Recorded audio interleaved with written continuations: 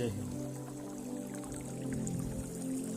इस प्रकार छोटे छोटे जो सुर हो रखे हैं इस पाइपलाइन में, उन्होंने अनजाने में ही वो काम कर दिया जो हमें एक्सेप्टेबल नहीं है। क्यों?